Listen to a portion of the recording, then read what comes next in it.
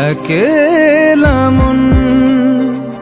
আসসালামু আলাইকুম, আশা করি সবাই ভালো আছেন। আমার ভিডিও যারা দেখতেছেন, আমি দোয়া করি আপনার আব্বু আম্মু যাতে অনেক ভালো থাকে, সুস্থ থাকে। আমার এই ফটোশ্যুটের ভিডিওটা আমি কিছুদিন আগে আপলোড দিছিলাম, খুব তাড়াতাড়ি ভিডিওটা ভাইরাল হয়ে যায়।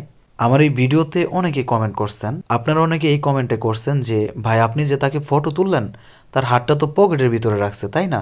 তো হাতটা আবার বের হইল কিভাবে? তো এটার উত্তরটা আমি আপনাদের দেই। আরও কিছু কমেন্ট করছেন আপনারা, ওইগুলোর উত্তরটাও এই ভিডিওতে আমি দিয়ে দিচ্ছি। কেমন? এতজনের এই সেম কমেন্টটার রিপ্লে আমি হয়তো ওইভাবে বুঝাইতে পারবো না, তাই ভাবলাম যে একটা ভিডিওর মাধ্যমে একটু বোঝানোর চেষ্টা করি। ঠিক আছে? এই যে দেখেন আরও কতজন এই সেম কমেন্টটাই করছে, ভাই হাত রাখলো পকেটে, হাত কিভাবে বাইরে আসলো, আপনার কি আমার হাতে কি জাদু আছে? মানে এই কথাটা অনেকেই বলছে, আরও কিছু কমেন্ট করছে, আমি সব রিপ্লে দিচ্ছি। কেমন? আমি প্রথমেই বলে নিই, আমি যখন ফটোশ্যুট করি তখন কিন্তু আমার সাথে কেউ থাকে না। আমি যাকে ফটোশ্যুট করে দিই সেই শুধু থাকে। আর আমি ফটোশ্যুটটা কিভাবে করি তখন জাস্ট আমার মোবাইল দিয়ে আমি ভিডিওটা ধারণ করি যে কিভাবে ফটোশ্যুটটা করতেছি। তো আমি একজন মানুষ, যাকে আমি পিক তুলা দেই সেও কিন্তু একজন মানুষ। আপনারা একটা বিষয় খেয়াল করবেন, আমি যখন একটা পোজ ধরাই দিয়ে আসি তখন কিন্তু এক হাতে আমার ক্যামেরা থাকে, আরেক হাতে কিন্তু মোবাইলটা থাকে, যে মোবাইলটা দিয়ে আমি ভিডিওটা নিতে থাকি।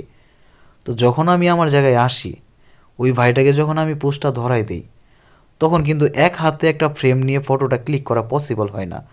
আপনাদেরকে ফার্স্টে দেখাই যে পোস্টটা কিভাবে ধরাই দিছি, তারপরে আমি মোবাইলটা অফ করে পকেটে রাখি, তারপরে দুই হাতে ক্যামেরা নিয়ে ফটোটা আমি ক্লিক করি।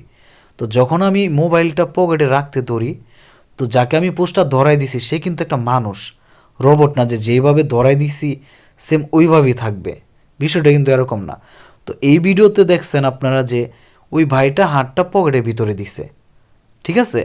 তো আমি ওখান থেকে ধরাই দিয়ে আমি আসছি, তারপর মোবাইলটা পকেটে রাখছি, রাখার পর আমি ফটোটা ক্লিক করছি। ওই মুহূর্তে স্বাভাবিক, সে যেহেতু মানুষ, তার হাতটা একটু পকেট থেকে বের হয়ে যাইতে পারে, অথবা একটু নড়াচড়া করতেই পারে, স্বাভাবিক।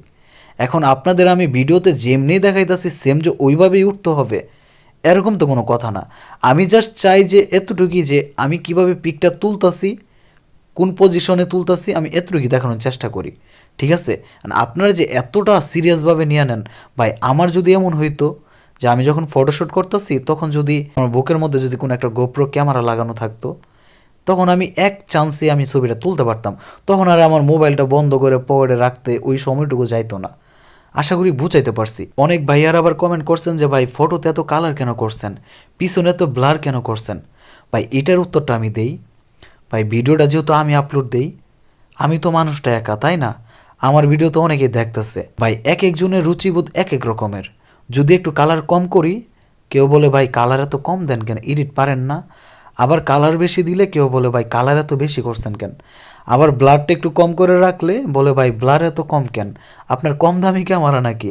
আবার ব্লারটা অনেক বেশি দিলে অনেকে বলতেছেন যে ভাই ব্লার এত বেশি কেন। ভাই আপনারা ভিডিও বানায়েন, আপনারা আপলোড দিয়েন, তখন বুঝতে পারবেন কত ধানে কত চাল। কখনোই ভাই কোনোভাবে পূরণ করতে পারবেন না তাদের ইচ্ছাগুলা, ঠিক আছে? মানে একটা না একটা ঘাটতি থাকবই।